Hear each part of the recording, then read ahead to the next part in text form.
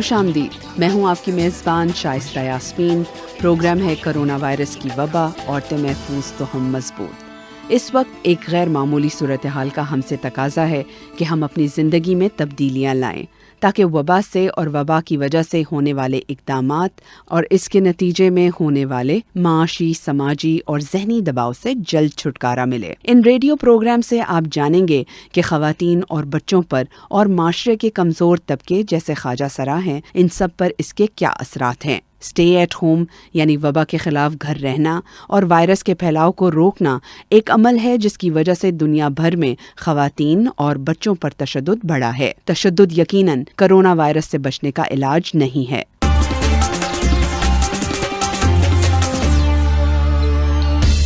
Programme میں شامل ہے ڈسٹرکٹ ایبٹ آباد کے ڈی ایچ او یعنی صحت کے افسر کی گفتگو، جن کو یہ ڈر ہے کہ لوگوں کے غیر ذمہ دارانہ رویوں سے گزشتہ 3 مہینوں سے مسلسل کام کرنے والے ڈاکٹر اور صحت کا عملہ تھکاوٹ سے سست نہ پڑ جائیں. سب سے بڑی بات جو مجھے پریشانی ہے وہ ہے فٹیگ کی. یہ کوئی تیسرا چوتھا مہینہ چل رہا ہے اور ہماری ٹیمز مسلسل کام کر رہی ہیں. آپ سنیں گے کہ کیسے ایک ماں نے کرونا وبا سے نمٹنے کے لیے گھر کے سب افراد کے طور طریقے بدلے. پہلے ہم لوگ کہیں باہر کھانے کا پروگرام بنا لیتے تھے، کہیں سے کھانا منگوا لیتے تھے، لیکن کووڈ-19 کے باعث جو تھی ہم لوگوں نے آپس میں ڈیسائیڈ کر لیا کہ ہم نے اب باہر سے کوئی چیز نہیں منگوا کے کھانی ہے.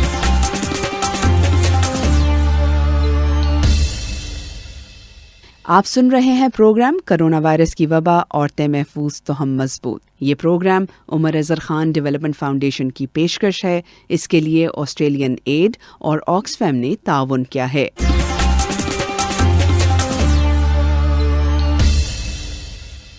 ڈسٹرکٹ ایبٹ آباد کے D H O doctor Faisal Khanzada نے میری ساتھی نبیلہ اسلم سے بات کرتے ہوئے بتایا کہ وہ فکر مند ہیں اور چاہتے ہیں کہ لوگ گھر رہیں اور ذمہ دارانہ رویوں کا مظاہرہ کریں، جیسے نیوزی لینڈ کے لوگوں نے اس بیماری پر اپنے ذمہ دارانہ رویوں سے قابو پایا اور ختم کر دیا. آئیے سنتے ہیں ان کی باتیں. ڈاکٹر فیصل، یہ بتائیے گا کہ بڑی مشکل صورتحال میں اس وقت ہم سب ہیں، جو آپ کام کر رہے ہیں اس میں آپ کے مشاہدے میں کوئی ایسی چیز جو کہ بڑی مثبت ہوئی ہو؟ دیکھیں جی، جو سب سے زیادہ مفید چیز جو مجھے سمجھ آئی ہے اور جو کبھی بھی پہلے شاید ہیلتھ ڈپارٹمنٹ میں یا کسی بھی سیکٹر میں نہیں دیکھی گئی تھی، وہ تھی ٹیم ورک. ہم لوگوں میں پوٹینشیل ہے، سربراہی ہو، رہنمائی ہو. پاکستانی قوم میں بہت زیادہ پوٹینشیل ہے to team up against the odds. ہمارے صرف ڈسٹرکٹ ہیڈ کوارٹر ہاسپٹل میں، ایوب ٹیچنگ ہاسپٹل میں، کووڈ کے آئی سی یوز میں جو ہماری فیسلٹیز ہیں، وہاں پہ ہمارے ڈاکٹرز خود کورونا کا شکار ہوئے لوگوں کی ٹریٹمنٹ کرتے کرتے. ہمارے میڈیکل ٹیکنیشین جن کا نام گلوسیم تھا، ان کا نام لینا میں ضروری سمجھوں گا، وہ پیشنٹس کی نگہداشت کرتے کرتے خود کورونا کا شکار ہوئے. ہمارے ڈاکٹرز اس سے بڑھ کر اور کیا پیش کریں گے قوم. یہ بتائیے کہ آپ کو یہ کام کرنے میں جو مشکلات کا سامنا ہے یا جن کو ہم چیلنجز کہہ سکتے ہیں، وہ کیا ہیں؟ دیکھیں جی، شروع میں تو جیسے میں نے آپ کو پہلے ہی کہا کہ اس طرح کی کوئی چیز سامنے نہیں آئی تھی جب سے ہمارا ملک بنا تھا. جیسے جیسے اب یہ چیز سامنے آ گئی تو پہلا مہینہ جس طرح ہر کوئی ایک کنفیوژن کا شکار تھا. حکومت نے بڑی انپٹس دی. ہمارے آفیسرز اور ہمارے جو سپورٹنگ سٹاف ہے وہ رات کے 10-11 بجے تک بیٹھے رہتے ہیں اور چیزوں کو سٹریم لائن کرتے رہتے ہیں. ابھی تک ٹھیک چل رہا ہے، لیکن سب سے بڑی بات جو مجھے پریشانی ہے وہ ہے فٹیگ کی. یہ کوئی تیسرا چوتھا مہینہ چل رہا ہے اور ہماری ٹیمز مسلسل کام کر رہی ہیں. اور دو کہ ہم نے ٹیم بی کے ٹیئرز بھی بنائے ہوئے ہیں، لیکن دعا کریں کہ وہ اسٹیٹ نہ آئے جہاں پہ پورا ڈپارٹمنٹ ایک فٹیگ کی کیفیت میں چلا جائے، کیونکہ ultimately as WHO says that everybody will be affected. بس اس چیز سے ڈر لگتا ہے. ڈاکٹر ہونے کے ناطے یہ جو آپ سنتے ہیں کہ جی یہ کرونا ایک جھوٹ ہے، ایک سازش ہے، زہر کا ٹیکہ دے دیتے ہیں اور یہ ڈرامہ ہے، اس کے حوالے سے آپ کچھ ہمیں ایسی انفارمیشن یا ایسی معلومات دیں کہ لوگوں کو سمجھ آئے کہ ہم اس وقت کس صورتحال کا ہمیں سامنا ہے. اگر آپ انسانی تاریخ کو دیکھیں یا دنیا کی تاریخ کو دیکھیں تو ہر 100 سال بعد دنیا ایک وبا سے دوچار ہوتی ہے. مثلاً 1917 کا جو پلیگ تھا جس میں ملینز یعنی لاکھوں لوگ مارے گئے، پھر وہ 2-2.5 سال چلتا رہا، 3 سال چلتا رہا. پھر اس طرح اب یہ بھی ایک وبا ہے. ایسی کوئی بات نہیں ہے کہ جی لوگ انجیکشن لگا رہے ہیں. ہم تو سب کچھ گراؤنڈ پہ دیکھ رہے ہیں. لوگوں کے گھر اجڑ رہے ہیں، لوگوں کے پیارے ایک دوسرے سے جدا ہو رہے ہیں. تو ایسی کوئی بھی ایسی چیز نہیں ہے کسی صورت میں بھی، کسی سطح پہ بھی.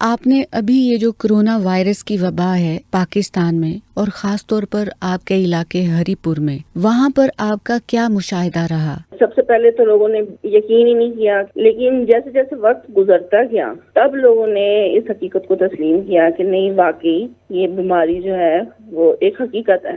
گھر میں کیا سچویشن تھی؟ شروع سے ہی ہم لوگوں نے عمل درآمد کیا تھا، جو بھی SOPs تھی، یعنی کہ لاک ڈاؤن ہوا پہلے، پھر ہم نے باہر نکلنا خود بھی بند کر دیا، بچوں کا بھی بند کر دیا، باقاعدہ ہم لوگوں نے لاکڈ رکھا گھر کو تاکہ کوئی اگر چاہے بھی تو پھر بھی باہر نہ جا سکے۔ ہر طریقے سے SOPs کے پر عمل کیا، بچوں کو بھی اسی بات کی تلقین کی گیا آپ ہاتھ دھوئیں بار بار، اور جو ہے وہ تمام ان چیزوں کا دھیان رکھیں۔ اس صورتحال میں ماں ہونے کے ناطے جو آپ کا گھر کے کام میں حصہ تھا اس میں کیا تبدیلی آئی؟ ہسبینڈ تھے میرے، وہ جاب پہ جاتے تھے، وہ بھی گھر پہ تھے، پھر بچوں کی اسکولنگ ختم ہو گئی، بیٹا میرا یونیورسٹی میں ہاسٹل میں رہتا تھا، وہ بھی آ گیا۔ مجھے لگا کہ شاید میرا کام بڑھ گیا ہے، تو لیکن جب انہوں نے ہیلپ ساتھ کرنا شروع کی، انہوں نے مدد وغیرہ کی ہر طرح سے، تو پھر مجھے تھوڑی سی ریلیکس ہوئی میں۔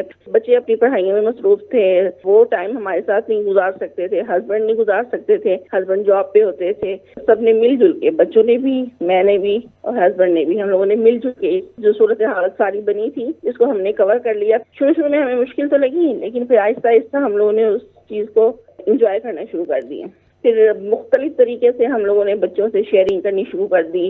آج کل اس وبا سے بچنے کے لیے لوگ گھروں پر ہیں، تو انٹرنیٹ پر کھانے پکانے والی سائٹس لوگوں میں بہت مقبول ہوئی۔ آپ کے 3 بیٹے ہیں اور آپ کے خامد، کیا انہوں نے کچھ نیا سیکھا اور آپ کے ساتھ پکایا؟ پہلے ہم لوگ کہیں باہر کھانے کا پروگرام بنا لیتے تھے، کہیں سے کھانا منگوا لیتے تھے، لیکن کووڈ-19 کے باعث جو تھی ہم لوگوں نے آپس میں ڈیسائیڈ کر لیا کہ ہم نے اب باہر سے کوئی چیز نہیں منگوا کے کھانی ہے۔ جو چیز بچے کہہ رہے ہوتے تھے پھر میں وہ گھر پہ وہ پکا کے باقاعدہ پھر وہ بچوں کو دیتی تھی، پھر بچے میرے ہیلپ آؤٹ بھی بیچ میں کرتے تھے، پھر مل جل کے کوکنگ وغیرہ جو تھی وہ پھر کرتے تھے۔ بیٹے نے میری بیکنگ میں کافی میری ہیلپ کرتے تھے، جب میں کیک وغیرہ بیک وغیرہ کرتی تھی، کیک بیک کر کے پھر ہم لوگ جب وہ کھاتے تھے تو پھر ہم اس چیز کو بہت انجوائے کرتے تھے۔ کوئی ایسی چیز جو آپ خاص طور پر اپنے گھر کے اندر یقینی بناتی ہیں؟ صفائی کا میں خاص خیال رکھتی ہوں، بچوں کو بار بار یہی کہتے ہیں کہ ہاتھ آپ بار بار دھوئیں، مثبت چیزوں میں بچے مصروف رہیں۔ آنے والے دنوں میں بھی ایسی ہی زندگی کافی عرصے تک رہے گی،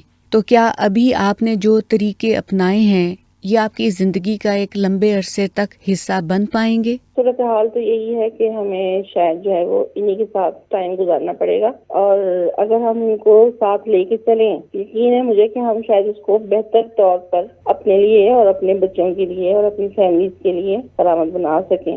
کیا گھر میں کوئی ایسا ماحول بنتا ہے جب کسی کو غصہ آ جائے؟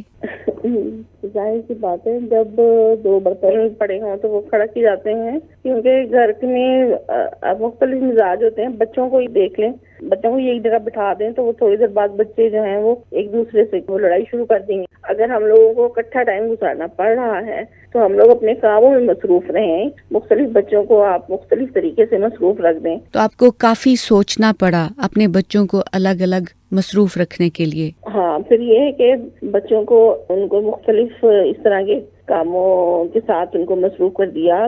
بچوں کے لیے دن کے اوقات اس طرح کے بنا دیے ہیں، آپ کا یہ ٹائم جو ہے آپ نے اس میں اسٹڈی کرنی ہے، اس ٹائم میں آپ نے کھیلنا ہے، اس ٹائم میں آپ نے بیٹھ کے باتیں کرنی ہے۔ ان کو بزی کرنے کے لیے نا پھر ان کا اس طرح کا ٹائم ٹیبل آپ بنا دیں، ان کے پاس ٹائم ہی نہ بچے۔ آخر میں یہ بتائیے کہ سب اس صورتحال میں کیا کریں؟ ایز اے مدر بتاؤں تو کہ یہ جو ٹائم آپ کو ملا ہے آپ اس ٹائم کو کارآمد بنائیں۔ ہمیں ضرورت ہے کہ ہم کورونا کی وبا کے پھیلاؤ کو روکنے کے لیے اپنے ہر عمل کی ذمہ داری لیں، سحر نعیم کی طرح اپنی صورتحال کو سمجھ کر حل نکالیں، زیادہ وقت گھر رہیں۔ ڈاکٹر اور صحت کا عملہ ہر طرح کے ذہنی اور سماجی دباؤ کے ساتھ ہر رکاوٹ کو پار کر کے اپنے فرائض کے لیے ہسپتالوں میں پہنچتا ہے۔ ان کو اور صحت کے عملے کو اپنی لاپرواہی سے خطرے میں نہ ڈالیں۔ اس کے ساتھ ایگزیکٹو پروڈیوسر تسنیم احمر، سینئر پروڈیوسر نبیلہ اسلم اور مجھے اپنی میزبان شائستہ یاسمین کو اجازت دیجیے۔ خدا حافظ۔